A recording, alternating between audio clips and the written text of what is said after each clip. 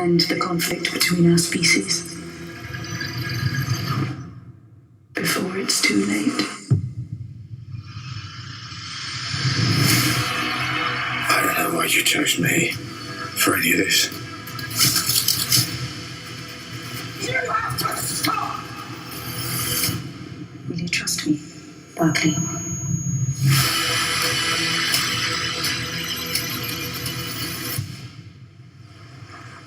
Welcome back to the Nerdy Grail, and last night on Sunday the 7th of December 2025 we were graced with the first 2 episodes of the brand new Doctor Who spin-off titled The War Between the Land and the Sea, which sees UNIT and humanity taking on the Sea Devils, or as they're known in this show, Homo Aqua. We were treated to episode 1 titled Homo Aqua and episode 2 titled The Plastic Apocalypse.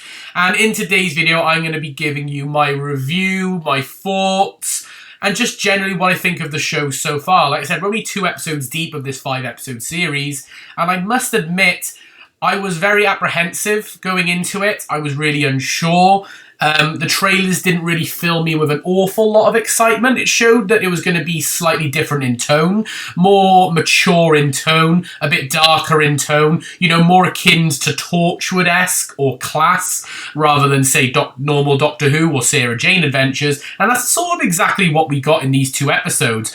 But now I've actually watched them multiple times now, in preparation for these reviews, and I must admit I actually really enjoyed them. I actually thought they were pretty good episodes.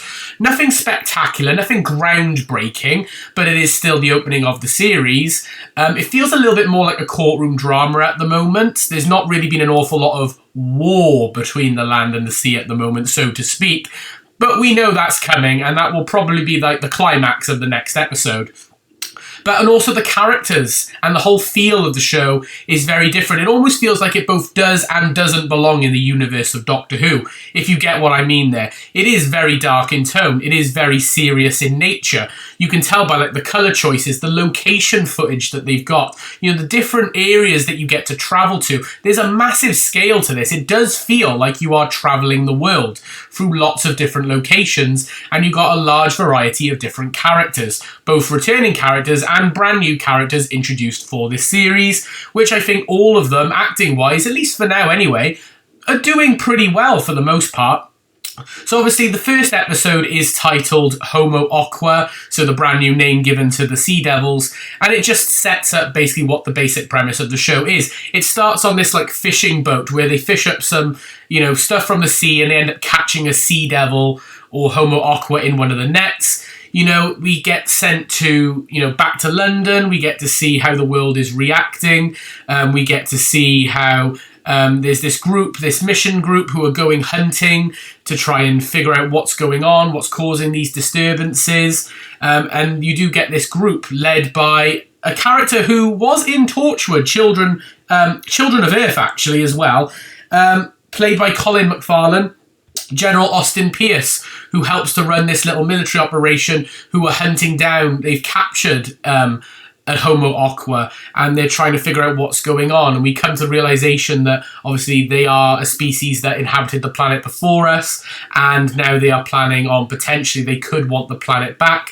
And due to, you know, they tried to put in the messaging in there, you know, due to, you know, our waters being polluted and disturbing the seas, this, that, and the other, it's potentially caused this species that has been laid dormant for millions and millions of years to reawaken and potentially wonder what on earth's going on, and we need to claim our planet back. That ends up happening, and they end up encountering a large group of Sea Devils who want a peaceful means of negotiating. The humans don't want to fight anyone either. So they travel to London, they create this massive tunnel system, they create this big courtroom area where these peace talks can happen between the humans and Homo Aqua. And that's basically the premise of episode 1. They bring in UNIT, led by Kate Lethbridge Stewart. You've got Shirley Bingham. You've got Colonel Ibrahim. They're your 3 main stars from the proper universe of Doctor who are leading this team to help with the negotiations. And basically the episode ends with Homo Aqua coming in. We're introduced briefly to the character of Salt, who is a really interesting character, like this almost like half human, half sea devil, like hybrid, somewhere in between of the two of them, who points out Barclay, who is our core main character at the time, who becomes the new ambassador to be the person to voice the opinions and speak on behalf of humanity. And, to be fair, I must admit, all the characters, Russell Trove, I think his name is. I've got some of the names written down here. Or Russell Tovey, sorry. He does a fantastic job as Barclay. This guy who's basically just, he doesn't belong in the army. He's the guy who just hires the taxis, hires the cars for UNIT and for these big military groups. He doesn't actually go on the missions. He gets sucked into this big mess and then becomes entangled in their mystery, which I think is really good. But he's starting to enjoy it. He's starting to enjoy the limelight. He's starting to, stand up for himself, because he's quite a feeble character at the start, but he does stand up for himself. You're introduced to his family. His daughter Kirby is a really interesting character who they've got a bit of an on-off relationship, but as soon as he starts becoming its ambassador, their relationship strengthens and they become a tight unit family. He even starts getting along with his ex-wife in the second episode as well, who are living it high because he's the ambassador. But the episode ends with Salt pointing out Barclay and saying, I would like him to be the ambassador and talk on behalf of us rather than the person that they've actually got. And we find out in episode 2 it's because he did this, showing respect to one of the dead Homo Aqua who the humans had captured earlier in episode 1. So showing that he has respect for their people. And then the whole of episode 2 is a bit of a back and forth courtroom drama. So Plastic Apocalypse, there's multiple days pass where Barclay and Salt have conversations. Sometimes he goes on the script that UNIT have provided for them. Sometimes he voices his own opinions, which actually benefits them to a degree, and Salt actually appreciates, because it shows that he's speaking his mind. It shows that he is a more caring character and he's actually thinking about them. A little bit of conflict does happen in episode 2 in particular, when Salt asks about obviously all the pollution that's been done and the damage that's been done to the seas over the years through the humans, and are the humanity willing to fix it?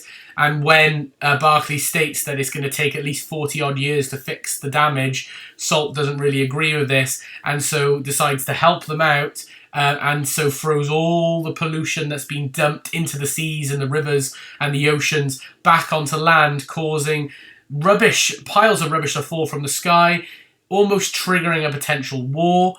They do manage to recollect and come back together with themselves, and come to an agreement that, we can have peace, we can have this armistice agreement, as long as, well, one of the conditions was that obviously they have to now, for the next meeting, rather than constantly coming up to the land, they need to now go down under the sea for their next meeting, which is a bit of a dangerous task, but Barclay reluctantly does agree to it, and so now that's going to be their next mission. In terms of the characters of the series as well, because that's just the basic premise of the plot, not an awful lot happens. Like I said, you discover the Sea Devils are awakening, the humans encounter the Sea Devils and all have a bit of a tete-a-tete. They decide to have some peace talks. The peace talks go a bit haywire, and that's basically a premise. And there's some extra plots going on in the sidelines, like you've got Barclay with his family. But also you've got like the core drama with our main characters. Like I said, you've got Kate, Shirley Bingham from, the 60th anniversary specials and from season 2 with Ncuti, and you've got Colonel Ibrahim. They really developed the Colonel Ibrahim and Kate Lethbridge Stewart relationship a lot more in this season. When they're, working, they're very separated. Kate's like, well, I'm the boss, you're not the boss. You're working under me, so we need to keep it professional. But we find out that they are sort of staying in the same place together, and they do have a bit of a romantic moment. So they are building upon what they slightly established in Doctor Who when they were like hand-holding and stuff like that.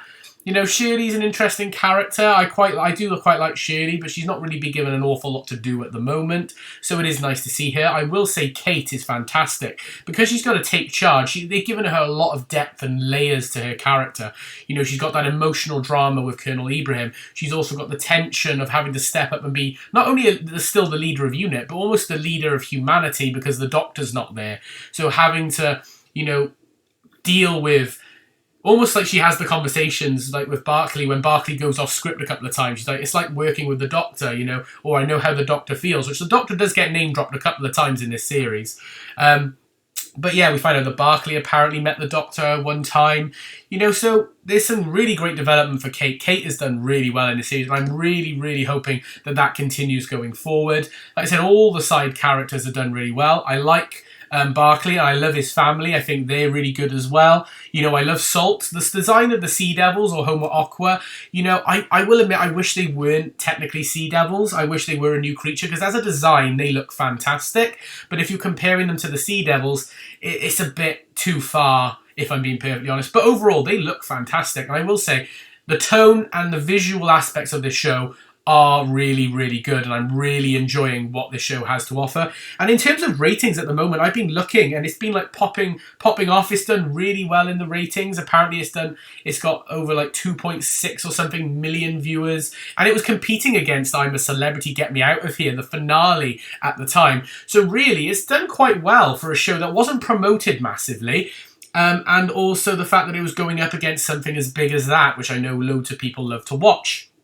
So I'd say it's done really well, and it's not going to have that competition next week. So hopefully it's going to do really well going forward. But yeah, overall, I would probably give it a 7 out of 10. I did enjoy the show, and I am really looking forward to seeing what's going to happen going forward now in episodes 3, 4, and 5. But that is going to be my quick little review and thoughts on The War Between the Land and the Sea, episodes 1 and 2, Homo Aqua and the Plastic Apocalypse. I hope you did enjoy this video. If you did, please like it by giving it a thumbs up and comment down below your thoughts on this spin-off series. And subscribe if you are new. But for now, this is the Nerdy Grail signing off. I hope you've had an amazing day, and I will see you all next time. Bye for now, everyone.